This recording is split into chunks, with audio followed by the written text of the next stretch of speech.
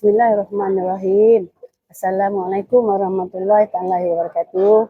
Saya Puan Norma, berumur 67 tahun daripada Johor Bahru. Saya mengalami sakit tulang rawan. Selama saya 2 bulan ni saya tak berjalan. Saya hanya menggunakan kursi roda. Doktor pun mengesahkan saya tak boleh jalan. Jangan jalan banyak. Apabila saya berjalan, lutut saya akan bengkak dan rasa bisu. Jadi satu hari tu Puan Zarina ni datang rumah saya lah. Jadi bila dia datang sana, dia tengok saya macam ni, akak kena makan ni, kata saya. Dia kata, makan Nutrika ni. Saya sebenarnya memang dah masuk Nutrika ni dah lama juga, tapi acah tak acah orang kata kan.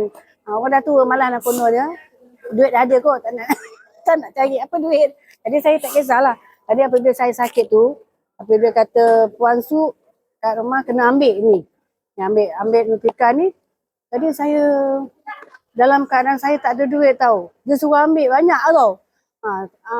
Ambil Silver Plus kan. Saya tenung-tenung. Saya tak ada duit. Saya cakap betul saya tak ada duit. Itu saya cuma ada 500 untuk bayar kereta je. Saya cakap dengan dia kan. Tapi Puan Su kata, awak nak baik ke? Nak tak baik dia tu. Jadi saya kebel-kebel lah. Saya pandang Rina tak cakap apa-apa. Saya pun, tak apalah saya nak baik, dia katakan. Pasal saya memang orangnya aktif. Memang bergerak sana, bawa kereta selalu, memang hari-hari, tak kisah. Apa aja tak tolong saya akan tolong. Jadi, daripada itu saya pun makan lah. Saya ngakui, saya akan ambil, saya makan ikut cara Puan Su cerita dengan saya kan.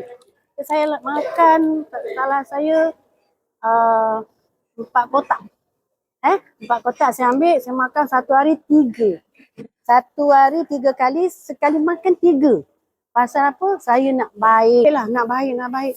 Tapi lepas tu dalam masa 4 kotak tu saya rasa saya makan, saya boleh bangun. Saya bersembayang pun dah boleh lipat kaki. Dulu tak boleh lipat. Duduk atas kursi pun nak angkat kaki pun sakit. Nak tidur malam pun saya menangis. Bisa. Jadi bila bisa, saya makan terus. Saya tak kira yang 3, saya ambil 3 tadi kan. Tapi bila saya bisa, saya makan. Alhamdulillah. Bila ambil itu, saya boleh tidur dengan tenang. Tidur lena. Alhamdulillah lah. Terima kasihlah Puan Zarina dan penawar daripada Nutrika dengan izin Allah. Sampai sekarang ni, saya kiranya dah 90% baik. Daripada saya tak ada jalan, saya boleh jalan. Dan satu lagi sebenarnya, saya ada mengidap penyakit kanser. Lepas tu dengan tak sengaja, saya makan ni, ketulan yang berada di breast cancer saya tu, dia makin ngecut dan tak rasa sakit lagi. Biasanya dia sakit. Tapi Alhamdulillah dengan izin Allah, dengan berkat ni, Nutrika ni, Allah